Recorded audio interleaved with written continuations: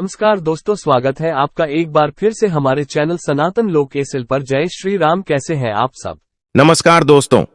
एक बार माता लक्ष्मी भगवान विष्णु से मिलने के लिए जाती हैं और कहने लगती है, प्रभु, जब मैं आपसे मिलने के लिए आ रही थी तो मेरी नजर मृत्युलोक पर पड़ी। वहां मैंने देखा कि 3 स्त्रियां जो आपस में सहेली थीं, उनमें से 2 स्त्रियां विधवा होकर के दुखी जीवन जी रही थी, जबकि एक स्त्री सुहागन होकर के अपने पति के साथ सुखी जीवन जी रही थी। प्रभु, यह बात मेरी समझ में नहीं आई, इसलिए मेरे मन में 3 प्रश्न बुझने लगे।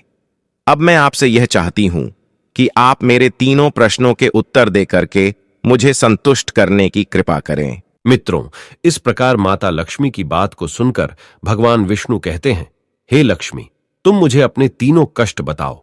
मैं तुम्हें तुम्हारे प्रश्नों के उत्तर देकर के पूरी तरह संतुष्ट करने का प्रयास करूंगा। अब माता लक्ष्मी कहती है, प्रभु, मेरा पहला प्रश्न है, कौन सी स्त्री समय से पहले विधवा हो जाती है? मेरा दूसरा प्रश्न है, कौन सी स्त्री को जीवन में कभी सुख नहीं मिलता? और मेरा तीसरा प्रश्न है, कौन सी चीज ऐसी है जो एक पत्नी अपने पति को मांगने से भी नहीं देती?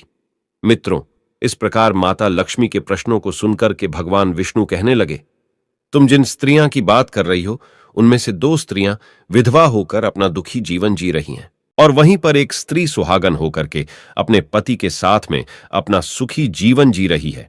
तुम जानना चाहती हो आखिरकार ऐसा क्यों है, तो मैं तुम्हें एक छोटी सी कहानी सुनाता हूं। इस कहानी को बहुत ही ध्यान से सुनना। आधी अधूरी कहानी सुनने वालों को आधा अधूरा ही ज्ञान प्राप्त होता है, जो जीवन में कभी काम नहीं आता, क्योंकि तुम्हारे तीनों प्रश्नों के उत्तर किसी छोटी सी कहानी में समाये हुए हैं। यदि तुमने ध्यान से सुना तो तुम्हारी तीनों प्रश्नों के उत्तर तो अवश्य मिलेंगे और तुम्हें संतुष्टि प्राप्त होगी। मित्रों, माता लक्ष्मी कहती, प्रभु, मैं आपकी बात से सहमत हूं, आप कहानी शुरू करो। मैं कहानी को पूरी मन से सुनूंगी, और जब तक आप कहानी बोलेंगे तब तक मेरा मन किसी दूसरे स्थान पर नहीं जाएगा। तो मित्रों, कहानी शुरू करने से पहले मेरा आप सभी से अनुरोध है कि आप हमारे चैनल को सब्सक्राइब अवश्य करें और कहानी के अंत तक बने रहें, क्योंकि आज की कहानी आपके लिए बहुत ही महत्वपूर्ण होने वाली है। तो आइए आज कुछ नया सीखते हैं। भगवान विष्णु कहते हैं, हे लक्ष्मी, सबसे पहले मैं तुम्हें उस स्त्री की कहानी सुनाता हूं जो सुहागन बनकर के सुखी जीवन जी रही है।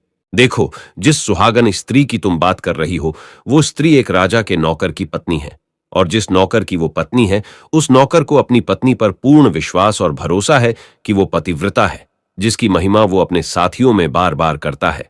अब देखो, एक दिन की बात है, उस राजा के नौकर ने अपनी पत्नी की प्रशंसा इतनी की कि बात धीरे धीरे फैलते हुए राजा के दरबार तक पहुंच गई। फिर तो राजा ने अपने नौकर को बुलाया और उस नौकर से कहा कि तुम हर किसी से कहते हो कि तुम्हारी पत्नी पतिव्रता है। क्या वास्तव में आपकी पत्नी पतिव्रता है? क्या आपको पूर्ण विश्वास है? इस प्रकार राजा की बात सुनकर के नौकर कहने लगा, महाराज, मुझे पूरा विश्वास है और पूरे से भी आगे विश्वास है कि मेरी पत्नी पूरी तरह पतिव्रता है। अब उसी समय पर राजा का महामंत्री कहने लगता है, यदि मैं तेरी पत्नी का पतिव्रता धर्म खंडित कर दूं तो तुझे क्या सजा मिलनी चाहिए? फिर तो नौकर ने कहा, यदि तुम मेरी पत्नी का पतिव्रता धर्म खंडित कर देते हो तो महाराज मुझे फांसी लगा देना। अब उधर वो राजा का नौकर भी मंत्री से कहता है, यदि महाराज यह मेरी पत्नी का पतिव्रता धर्म खंडित नहीं कर पाए तो इनको सजा क्या मिलनी चाहिए? तो राजा ने कहा कि मंत्री को भी फांसी की सजा दी जाएगी।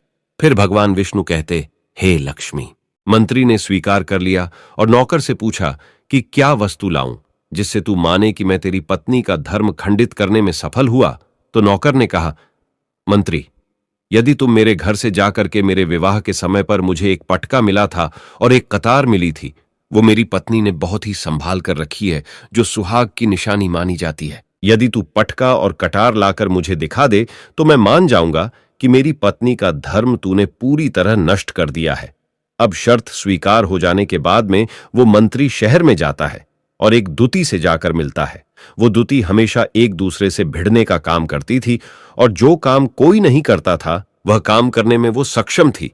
फिर इस प्रकार उस मंत्री ने उस दूती को अपने स्वार्थ के लिए बुलाया और दूती से कहा कि देखो, इस नाम का एक व्यक्ति है, उससे मेरी शर्त लगी है।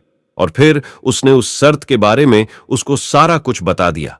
फिर वो उस दूती से कहने लगा, तू कैसे भी करके उस स्त्री से मेरा संपर्क करवा दे। तुझे जितना धन चाहिए मैं उतना धन दूंगा। इस प्रकार मंत्री की बात सुनकर कि दुती कहने लगी, भाई तू उस औरत के बारे में बात मत कर। वो औरत पूरी तरह से पतिव्रता है, तेरी ओर थूकेगी भी नहीं, तेरी शक्ल भी नहीं देखेगी, और उनके परिवार के व्यक्ति खूंखार है।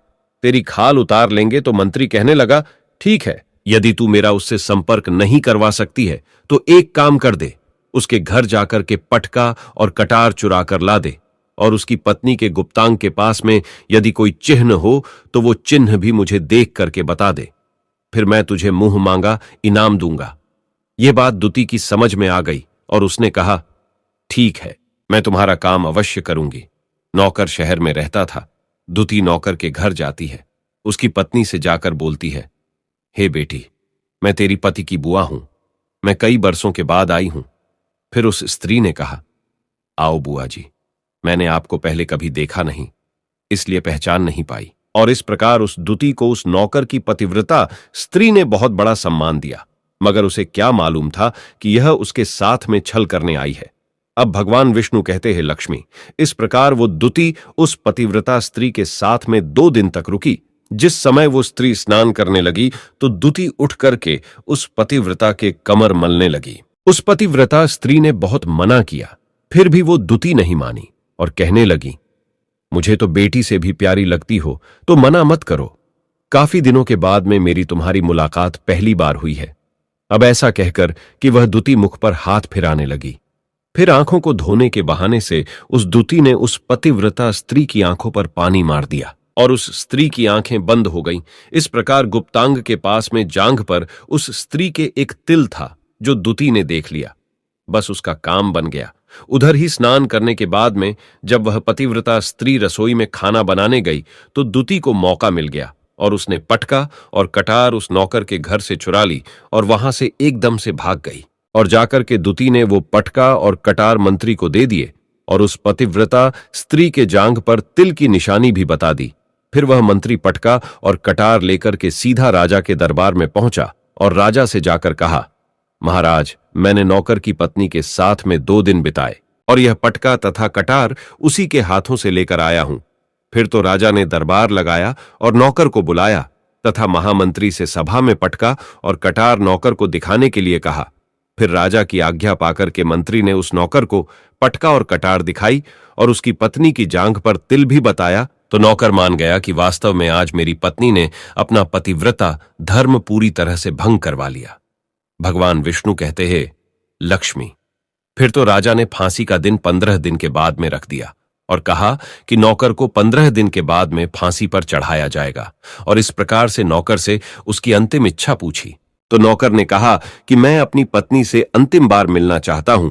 इस प्रकार राजा ने उस नौकर को आज्ञा दी कि ठीक है, तुम अपनी पत्नी से मिल सकते हो।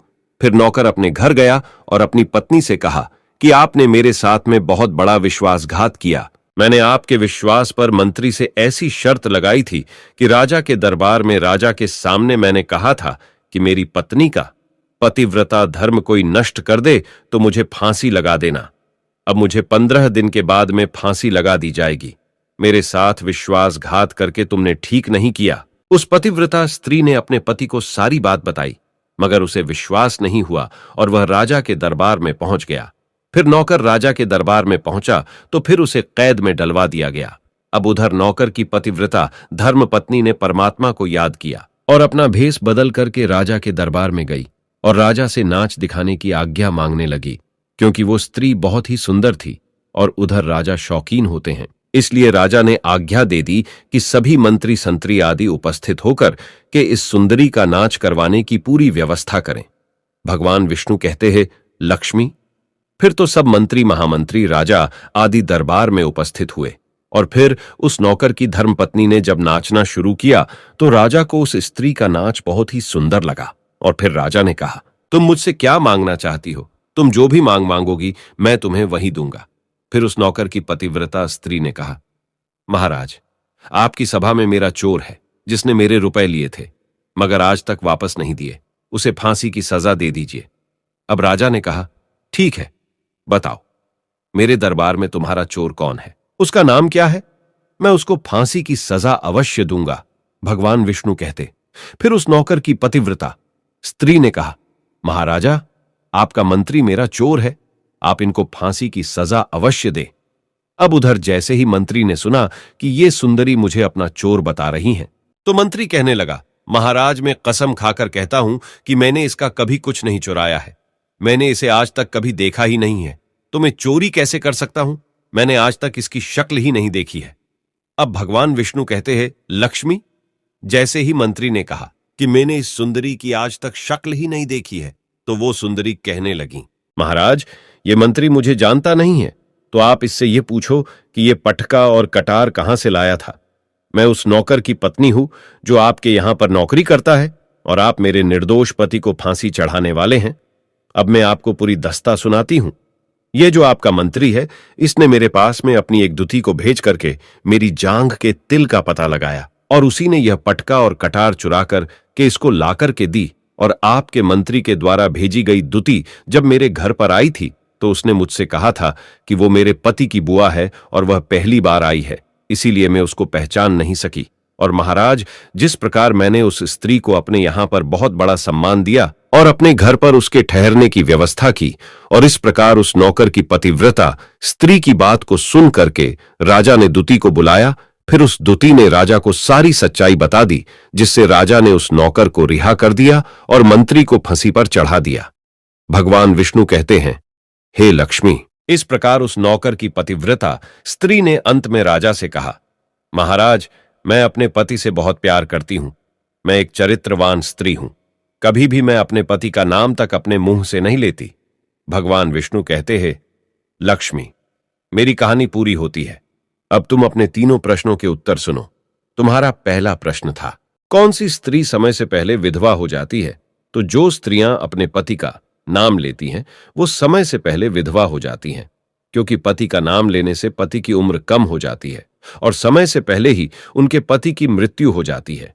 ऐसे स्त्रियां जो पति का नाम लेती है, समय से पहले ही विधवा होकर के एक दुखी जीवन जीती है। बस यही राज की बात है कि तुम जिन 3 सहेलियों की बातें कर रही थी, उनमें से 2 विधवा थीं और एक ये नौकर की पत्नी थी जो पतिव्रता स्त्री थी।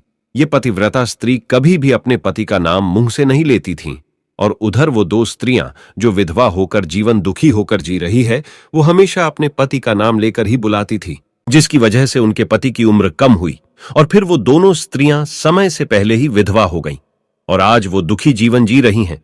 इसलिए कभी भी स्त्रियों को अपने पति का नाम अपने मुंह से नहीं लेना चाहिए। अब तुम्हारा दूसरा प्रश्न था, कौन सी स्त्री को जीवन में कभी सुख नहीं मिलता है?